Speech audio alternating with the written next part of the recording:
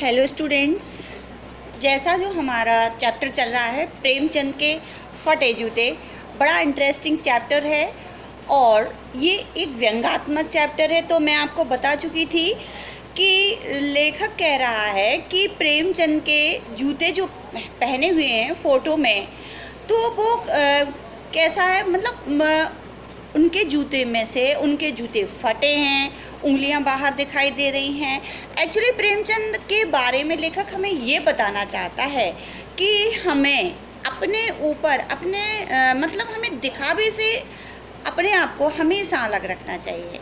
ठीक है, जो वास्तविकता है जीवन की उस पर हमें हमेशा ध्यान देना चाहिए। चलो तो हम अपना पेज नंबर 61 का पैरा नंबर 2 से स्टार्ट करते हैं, जो हम थोड़ा सा ओवरव्यू कर लेते हैं। में बहुत मज़ा आता है।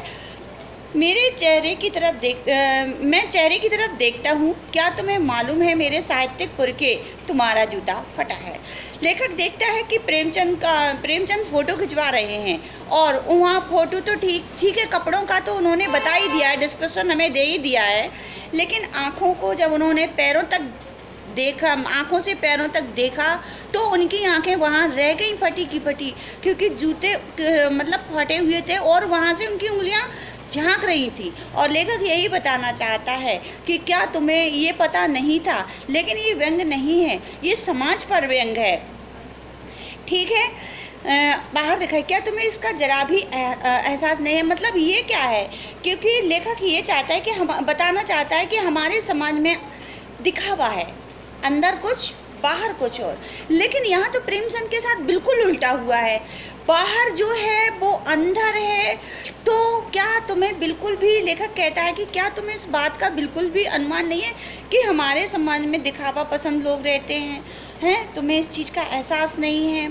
तो अब इस चीज़ को हम आगे बढ़ाते हैं। जरा लज्जा, संकोच या झेप नहीं, क्या तुम्हें इतना भी नहीं जानते कि धोती को थोड़ा नीचे खिसकाने से अंगुलियां ढक जाती हैं। हमारे समाज की उस स्थिति को भी वो उजागर करना चाहते हैं कि हमारे समाज में हर चीज़ पर पर्दा डाला जाता है। कोई भी अगर चीज़ हमें दिखाना नहीं होती है या तो हम उस पर पर्दा, हम अपनी वास्तविकता से हमेशा हम जो हैं वो नहीं दिखना चाहते हैं, हमेशा ए ग्रेड में दिखना चाहते हैं, चाहे हमारी आर्थिक स्थिति कुछ भी हो, हमें इससे कुछ मतलब नहीं है। फर्स्ट क्लास दिखावा जो है वो अलग ही है। हमारा शोबाजी, हमारी शो ऑफ हम हमेशा पसंद करते हैं। लेकिन ये एक सोच के देखो कि आखिर है क्या, लोग ऐसा क्यों कर रहे हैं। ठीक है, तो ये गलत है। वास्तविकता ये है कि ये हमारी समाज की सोच एक मतलब समाज पे एक बदनुमा दाग है। हम प्रबुद्ध वर्ग की ओर प्रबुद्धता की ओर जा रहे हैं, तो हमें इस चीज़ को हटा देना चाहिए। आडंबर, दिखावा, शोबाजी, कितना भी कुछ भी नाम दे लो, लेकिन इससे हमें अब निजात पानी है। हमें अपनी सोच बदलनी है।